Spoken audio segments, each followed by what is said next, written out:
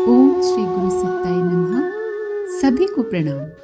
पिछले वीडियो में आपने सुना कि परम पूज्य गुरुदेव द्वारा शक्ति पीठों की घोषणा करने के बाद कुछ परिजनों को लगा कि गायत्री शक्ति पीठों में सौम्य तंत्र साधनाएं भी होंगी।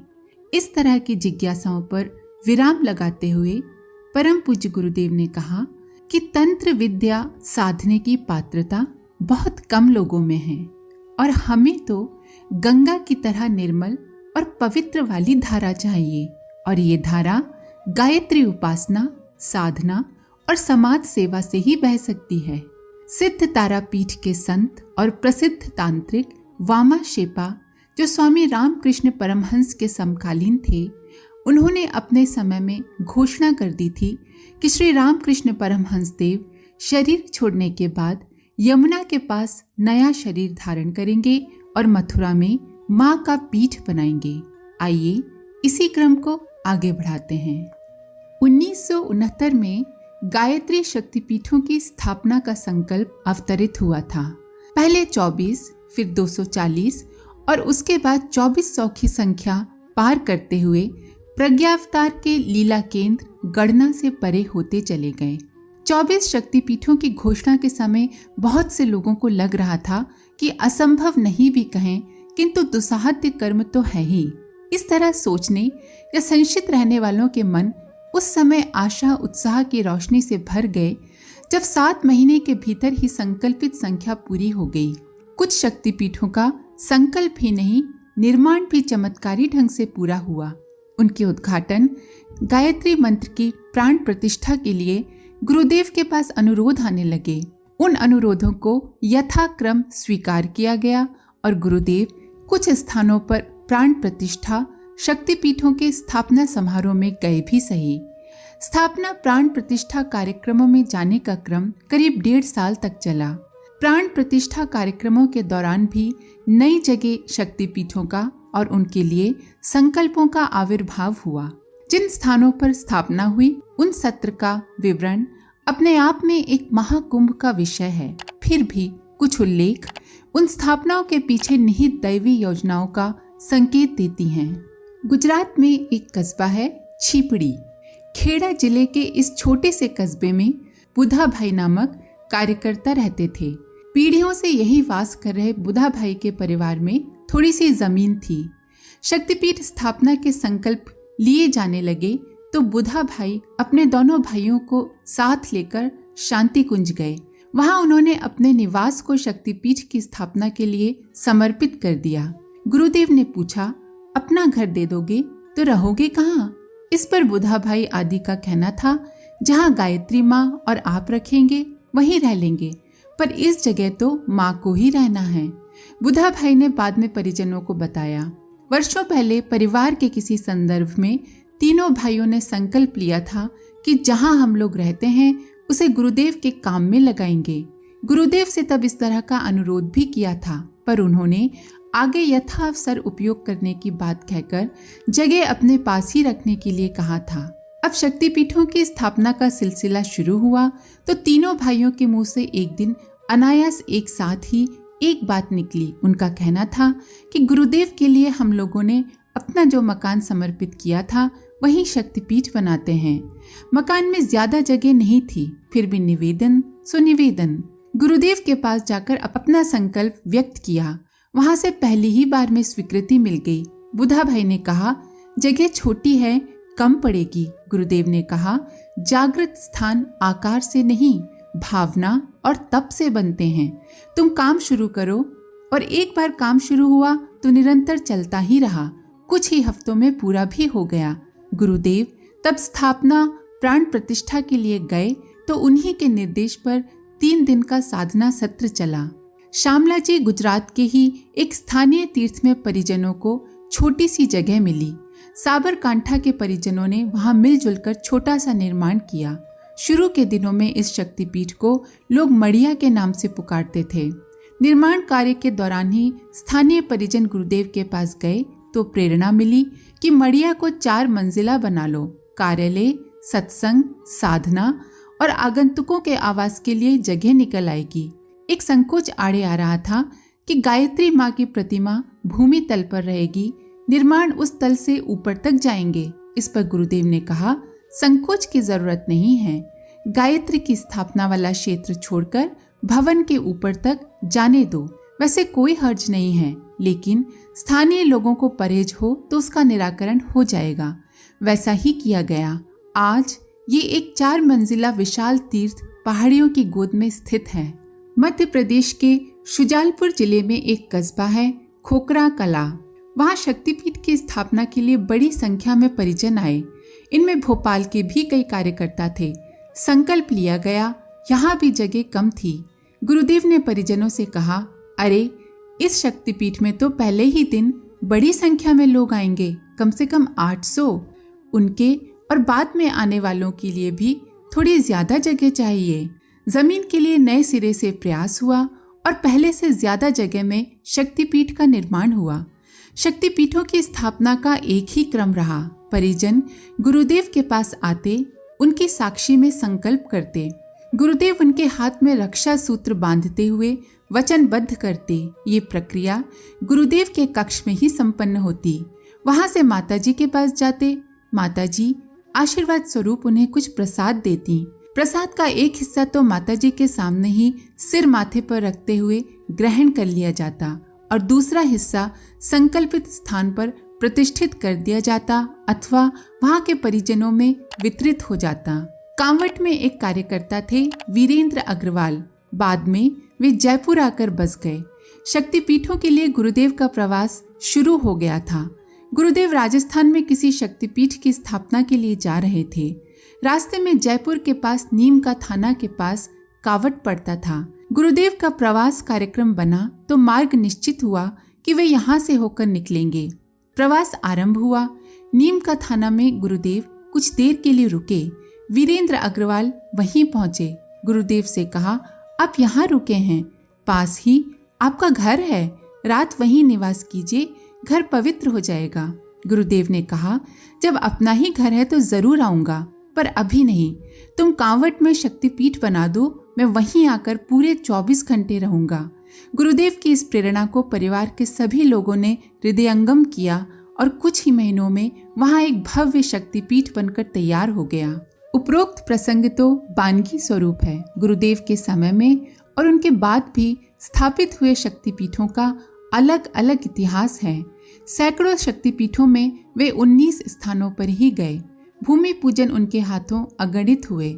अप्रैल 1982 में उन्होंने यकायक बाहर जाना रोक दिया। कहा कि आगे का काम माताजी को देखना है। वे यहीं यानी शांति कुंज रहते हुए ही उन आत्माओं विभूतियों को संस्कारित करेंगे जिन्हें आगे चलकर विभिन्न क्षेत्रों में समाज का नेतृत्व करना है। फिर उन्होंने दोबारा यही दोहराया।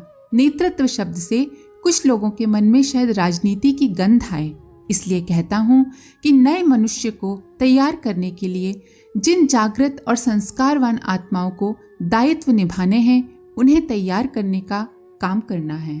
परम पूज्य गुरुदेव 1982 तक 19 स्थानों शक्तिपीठों में जाने के बाद जब गुरुदेव ने अपना प्रवास रोक दिया तो परिजनों ने समझ लिया कि गुरुदेव की मार्गदर्शक सत्ता का निर्देश होगा।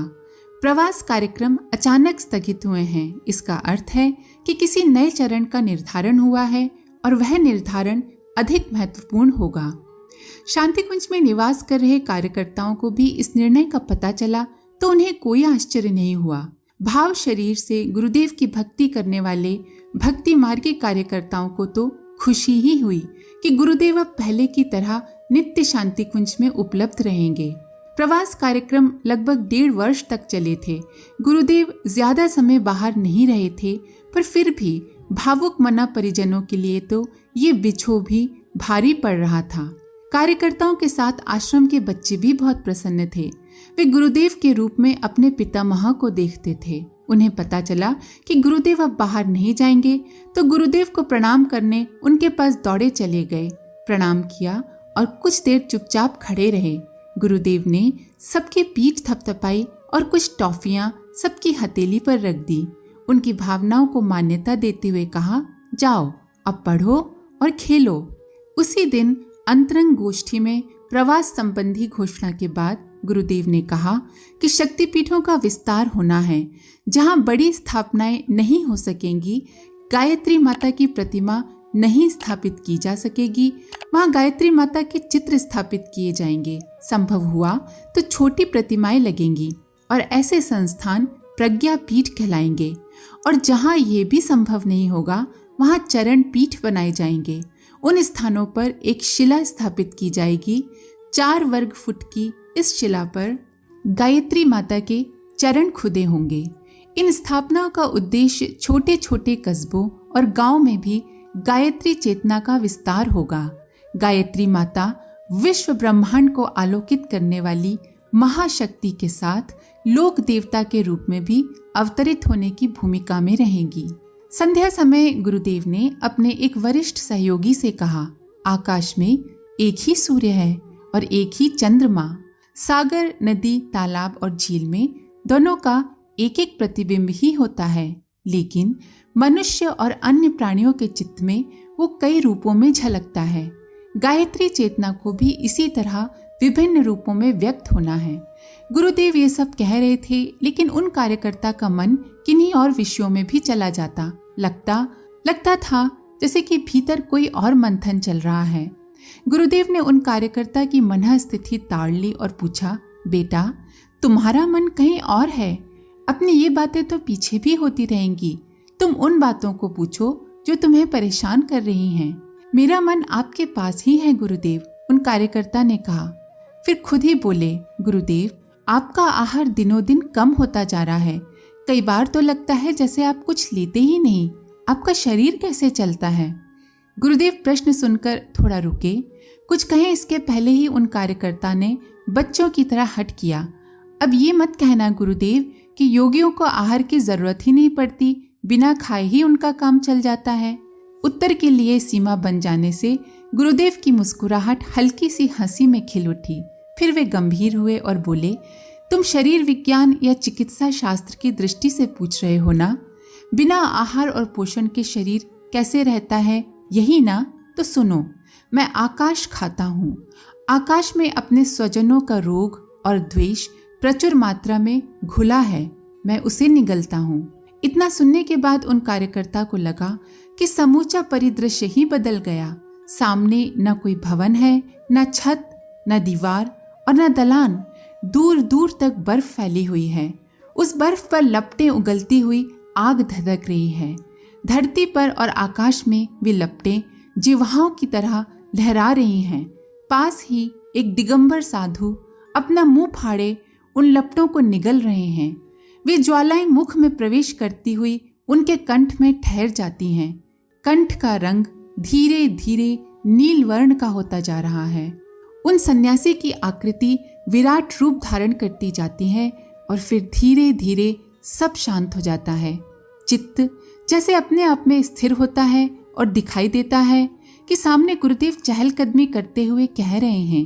राग एक जलती हुई आग है और द्वेष उसका धुआं।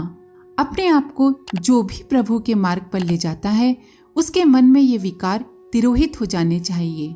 दूसरी तरफ राग द्वेष शरीर का धर्म भी है। शरीर और संसार हैं तो वे उठेंगे ही।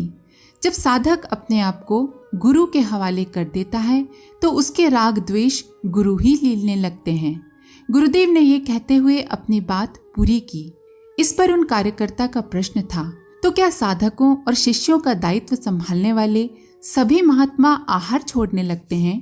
परम पूज्य गुरुदेव ने कहा, नहीं, आहार कोई नहीं छोड़ता।